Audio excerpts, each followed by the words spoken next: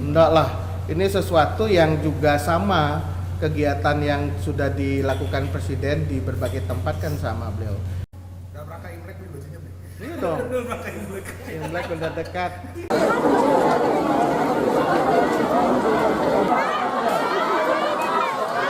Iya, ada beberapa kegiatan beliau tentu terkait dengan pengecekan harga ya, bahan-bahan pokok, dan kemudian juga beberapa kegiatan terkait dengan bansos, bantuan sosial yang memang dilakukan Presiden di beberapa daerah, dan sekarang adalah di Yogyakarta.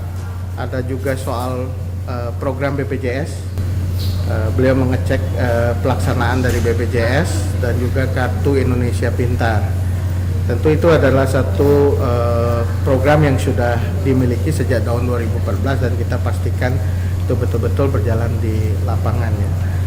Nah, area yang akan beliau kunjungi tidak hanya Jawa Tengah tetapi juga Yogyakarta, Gunung Kidul, Bantul, dan Sleman begitu ya, di beberapa tempat yang memang belum sempat beliau kunjungi. Tapi terkait pekan lalu kan Presiden melakukan pertemuan politik ya udah dengan ketua PSI, dengan sekjen PSI juga, terus juga ada pertemuan AHY. Nah itu bisa dijelaskan sih soal dua pertemuan itu? Dan seperti biasa beliau mengisi hari Minggu itu dengan kegiatan olahraga, goes, dan saat itu juga diagendakan untuk bertemu dengan Mas AHY ya, Ketua Umum Partai Demokrat. Dan tentu pertemuan itu dirancang memang sangat santai karena bisa goes bersama, kemudian juga sarapan. Kalau di Jogja pasti makan gudeg ya, gudeg Yujum. Nah, ini sesuatu yang biasa ya dilakukan pertemuan Presiden dengan tokoh-tokoh politik, tokoh-tokoh bangsa. Dan setelah pertemuan dengan Mas AHY, Presiden kan bersilaturahmi dengan Sri Sultan Hamengkubuwono X di Keraton Kilen. Ini juga satu kunjungan silaturahmi seperti biasa beliau lakukan karena setiap beliau menginap di Istana Kepresidenan Yogyakarta di Gedung Agung, beliau menyempatkan untuk silaturahmi kepada Sri Sultan, dan ini adalah silaturahmi juga yang dilakukan oleh beliau pada kunjungan kerja di Yogyakarta dan Jawa Tengah. Saat kunjungan akhir pekan itu kan Pak Presiden bertemu dengan pejabat-pejabat politik yang di Jogja seperti yang tadi disebutkan. Tetapi saat bersamaan juga di daerah lain ada harlah P3 yang salah satunya juga partai pendukung pemerintah gitu. Setelah Pak Presiden nggak hadir ke harlah PDIP dan sekarang nggak hadir ke harlah P3, apa itu menunjukkan sinyal-sinyal ada? Oh enggak lah, beliau tentu tidak bisa hadir di harlah P3 karena sudah direncanakan untuk beberapa acara di Yogyakarta dan di Jawa Tengah. Di sebelumnya kan agenda yang di hari Sabtunya itu kan agenda Presiden itu kan di Jogja, salah satunya sepak bola. Maksudnya agenda yang sudah direncanakan jauh hari itu apakah juga agenda sepak bola? Nah, itu konteksnya karena kesamaan itu harlahnya P3. Oh, bukan.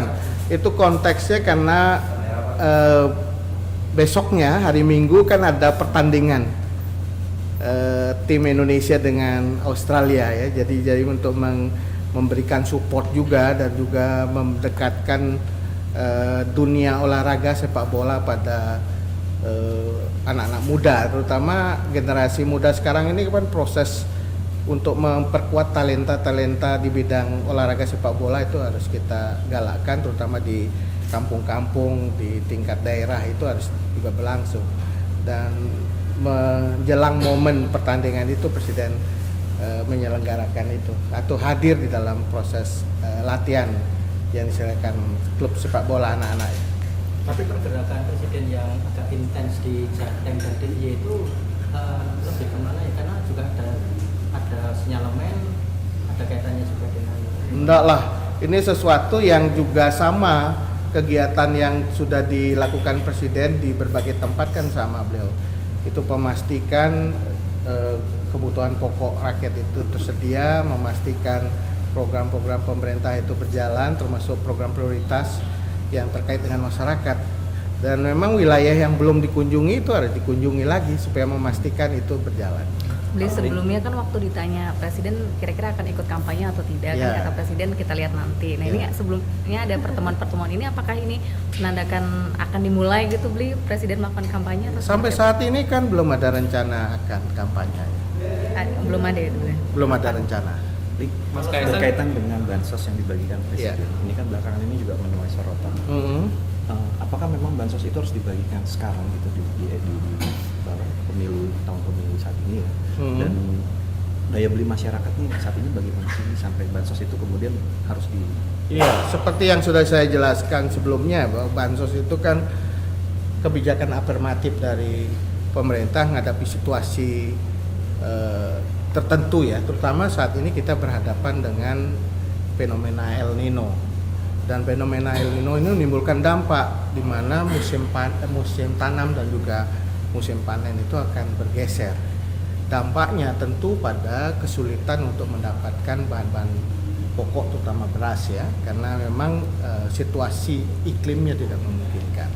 Yang kedua, situasi global kita juga berhadapan dengan semakin naiknya harga-harga pangan, dan situasi itu tentu akan menimbulkan beban bagi masyarakat, dan salah satu cara untuk merespon persoalan itu adalah dengan membagikan bansos, karena memang kelompok-kelompok sosial yang berada di lapisan bawah itu memang harus dibantu dalam menghadapi situasi yang sulit ini. Jadi ini sebenarnya kebijakan afirmatif pemerintah yang sumber dananya juga dari APBN ya, anggaran pendapatan belanja negara, ini sumber dana dari rakyat juga. Tapi kenapa ketika membagikan bansos Presiden tidak mengajak Bulunsos, karena kan bansos ini kan sebenarnya tupoksinya diajak juga gitu. Karena terkait dengan cadangan pangan ya, ada Bulog dan Badan Pangan. Jadi lebih pada hal itu, termasuk juga mengecek mengenai keberadaan pangan di setiap daerah. Jadi yang diajak tentu berkaitan dengan itu. Bukan karena status kepartaian. Enggak ada status Ini kepartaian. masih ada pertanyaan soal kemarin soal ya kan Presiden menyampaikan Presiden boleh kampanye, Iya, ya, oke. juga ada keterangan pers. Iya. Tapi juga ada pandangan bahwa ada pasal 283 itu yang belum diperhatikan. Dan di situ itu ada larangan bagi pejabat negara untuk melakukan kegiatan yang mengarahkan dukungan ke salah satu peserta, Iya. baik sebelum, selama, dan sesudah. Iya. Itu gimana tanggapan? Ya, konteks Boleh dari menggunakan? pasal itu yang harus kita lihat ya. Jadi dalam menjalankan kebijakan, membuat keputusan, bahkan itu terkait juga dengan pelayanan publik, itu tidak boleh berpihak. Jadi kaitan dengan pengambilan keputusan. Bukan dalam kaitannya dengan Ya, kampanye. karena dalam konstruksi yang lebih luas, lebih umum, bahwa pejabat negara itu kan juga ada berasal dari partai politik atau pejabat negara yang kemudian terlibat di dalam proses kampanye karena mereka tergabung dalam tim kampanye misalnya. Nah, sebab pejabat-pejabat negara seperti itu kan diberikan keleluasaan untuk melakukan kampanye, terlibat dalam kampanye. Nah, tetapi dalam kampanye itu mereka ada pagarnya, ada koridornya, yaitu cuti. Jadi semua atribut sebagai pejabat negara pada saat cuti itu tidak bisa dipergunakan, termasuk di dalam penggunaan fasilitas.